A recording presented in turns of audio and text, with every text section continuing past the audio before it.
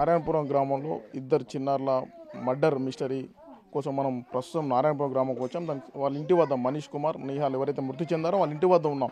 వాళ్ళ తల్లిదండ్రులు, నానమ్మ, కుటుంబ సభ్యులందరూ అసలు ఏం జరిగింది, ఎందుకు చంపుతున్నారు, ఎవరు చంపుతున్నారు విషయాలు అడిగి తెలుసు చూసుకోవచ్చు. వాళ్ళు ఎవరైతే ఉపేందర్, శిరీష దంపతులు కొన్నేళ్ల కింద లవ్ మ్యారేజ్ చేసుకున్నారు. వీళ్ళ ముగ్గురు పిల్లలు ఉన్నారు. మనీష్ కుమార్, మోక్షిత్, నిహాల్ ముగ్గురు ఉన్నారు. నిహాల్ 18 నెలల వయసు ఉన్న నిహాల్ కూడా సంపులో పడి చనిపోయారు. అప్పుడు చనిపోయి అందరిని కూడా ప్రమాదం జరిగిందని కూడా నమ్మించే ప్రయత్నం, అందరూ కూడా ప్రమాదమే అనుకున్నారు. కానీ ఇప్పుడు మాత్రం నిజంగా అది కూడా హత్య అని కూడా పోలీసులు గతంలో పూర్తి చేసిన స్థలంలో వెళ్ళి అక్కడ పూర్తిగా సమాచారాన్ని, మృతదేహాన్ని కూడా బయట తీసి ఎంక్వైరీ చేస్తున్నారు. అసలు ఈ పిల్లల్ని చంపాల్సిన అవసరం ఎవరు చంపారు, ఎందుకు చంపారు, భర్త ఉపేందర్ అని తెలుసుకున్నాం.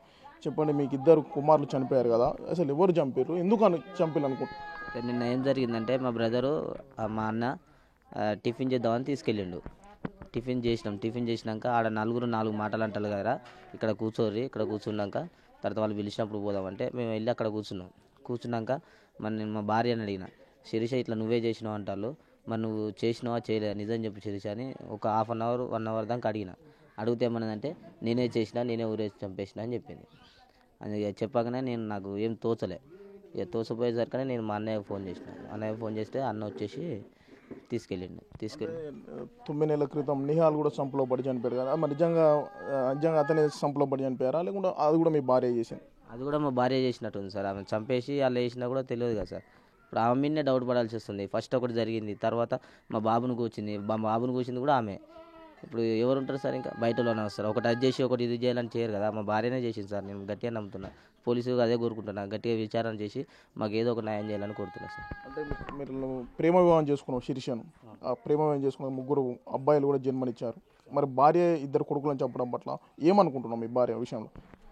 అదే అర్థం కావట్లేదు సార్ నాకు ఇంతవరకు. ఆమె మంచిగా వండుకుంటేనే ఇవన్నీ చేస్తుంది. అసలు ఎందుకు చేస్తుందో తెలుసలేదు సార్ నాకు. అమ్మ, మీరు చెప్పండి, మీ 2 మనవాళ్ళు కూడా సంవత్సర కాలంలో 2 మనవాళ్ళు చనిపోయారమ్మా. అసలు మీ కోడలు మీకు మధ్య భార్య భర్తలు కానీ మీ ఇంట్లో అసలు ఏమైనా గొడవ ఉంది? ఎలాంటి సంబంధం లేదు సార్. పంచాది లేదు, చెడాది లేదు. మంచిగానే పనికి పోతాడు, ఆయన వస్తాడు, సాయంత్రం 8 గంటలకు వస్తాడు, తింటాడు, పంటాడు. ఈమె మంచిగానే లేస్తుంది, పని చేసుకుంటుంది, వండుకుంటారు. ఇద్దరం కలిసితాం, చేసుకొని పని చేసుకొని అన్నం వండుకుంటాం, తింటాం. 7 ఆడనే సపడేయకుండా పండుకుంటాం. పిల్లలు కూడా పక్కకు వేసుకొని పండుకుంటాం సారు. ఆ రోజు కూడా నేను నయమట పన్నాడు సారు. పని కోసిన రోజు కూడా నయమడి పన్నా కూడా నాకు సోయి లేకుండా నాకు నిద్ర పట్టేసింది. ఇక మరిగా కోసింది ఆమె అయింది నాకు తెలియదు, పోయింది ఆమె అయింది తెలియదు. నాకైతే అనుమానం ఆమె మీద రాలేదు. కానీ ఇప్పుడు చంపింది కాబట్టి అనుమానం వస్తుంది. ఆమె ఆ పని కూడా చేసిందని నేను కూడా కోరుకుంటాను. అంటే మోక్షిత్ను నిహాల్ ఇద్దరిని ఆమె కూడా చేసింది. ఇప్పుడు 2నికి కూడా ఉగ్గం పెట్టి వాడిని కూడా 3వ గన్ని కూడా ఉగ్గం పెట్టి వాడిని కూడా చంపి నా కొడుకును కూడా చంపి మాకు ఏదన్నా ఇంత బువ్వల ఇసం పెట్టిపోతుంది సారు.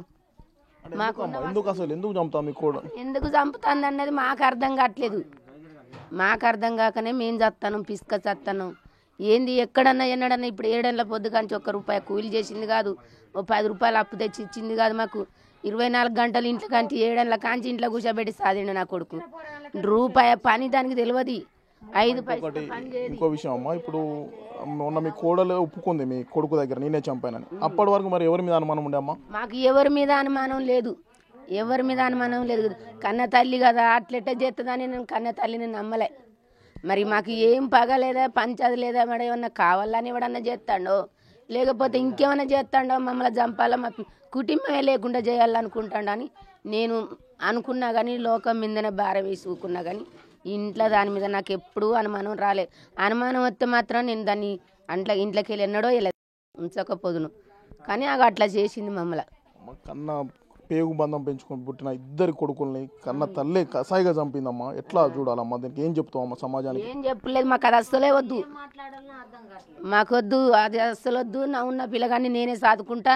అది జీవితంలో కూడా మా ఇంట్లో అడుగు పెట్టొద్దు, నా కొడుకు కడుగు కూడా రావద్దు. అది నా కొడుకుని చంపే పరిస్థితి తెస్తుంది. అది చంపుతుంది. దాని కనుకుండా 9 నెలల కడుపుని మోసి నొప్పులు తీసి కన్నదే చంపిందంటే నా కొడుకు లెక్క. దాన్ని చంపుతుంది. అది మాకు బువ్వలు ఇంత ఇంత ఎత్తది, ఇంత పెడుతుంది, వానికి కూడా చంపుతుంది, ఉన్న పోరని కూడా చంపదని చూస్తుంది. అది ఆరోగ్య పరిస్థితి మంచిగా ఉండదమ్మా? ఆమెకి ఏమన్నా ఆరోగ్య సమస్యలు? ఆరోగ్యం సిరికి లేదు, ఏది లేదు. ఏదన్నా నొత్తుంది, కడుపు నొత్తుంది, ఏళ్ళు నొత్తుంది అంటే హాస్పిటల్కి తీసుకుపోతే ఆ గోళీలు కూడా వేసుకోదు.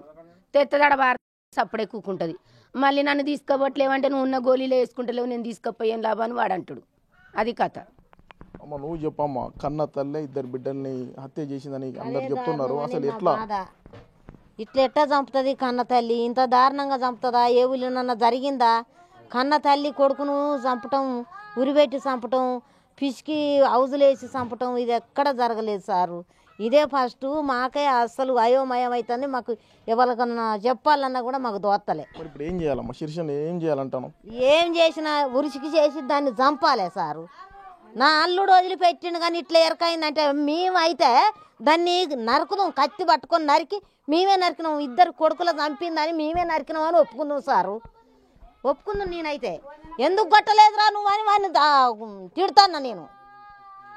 మొత్తానికి ఏదైతే ఈ శిరీష ఉపేంద్ర ముగ్గురు కుమారులను కూడా ఆమె చంపేందుకు పక్క ప్లాన్ వేసింది. ప్లాన్లో భాగంగా ఇద్దరిని చంపేసింది. చంపి కూడా అందరినీ, సమాజాన్నితో పాటు పోలీసు వారిని, కుటుంబీకులను కూడా పక్కదోవ పట్టించేందుకు కూడా ప్రయత్నం చేసింది. మొదటిసారిగా చిన్న కుమారుడు నిహాల్ను చంపి సంపులో పడేసింది. ఇది అందరూ కూడా ప్రమాదం అనుకున్నారు, కానీ ఆమె మీద ఎవరు కూడా అనుమానపడలేదు. కానీ తర్వాత 9 నెలల కాలం తర్వాత మన 6 ఏళ్ల వయసు మనీష్ కుమార్ని కూడా సేమ్ యాస్టీజ్గా జూలై నెలలో కత్తితో చేసింది. ఎవరో దుండంగులు చేశారని కూడా కుటుంబీకులు అందరూ నమ్మించింది. కానీ చివరిసారిగా తన ఏదైతే తాడుతో ఊరేసి చంపింది, తన భర్త ముందట నేనే చంపానని కూడా స్వయంగా ఒప్పుకుంది. మొత్తానికి కన్న తల్లే ఇద్దరు కొడుకులను పుట్టన పెట్టుకోవడం సర్వ సమాజాన్ని కూడా ఆలోచింపజేస్తుంది. తన తల్లి ఎవరైతే శిరీష ఉన్నారో ఆమె కఠినంగా శిక్షించాలి, ఉరిశిక్ష వేయాలని కూడా నారాయణపురం గ్రామవాసులు ప్రభుత్వానికి కోరుతున్నారు. వీడియో జర్నలిస్ట్ వీరేందర్తో యశ్వంత్, బిగ్ టీవీ, నారాయణపురం నుండి.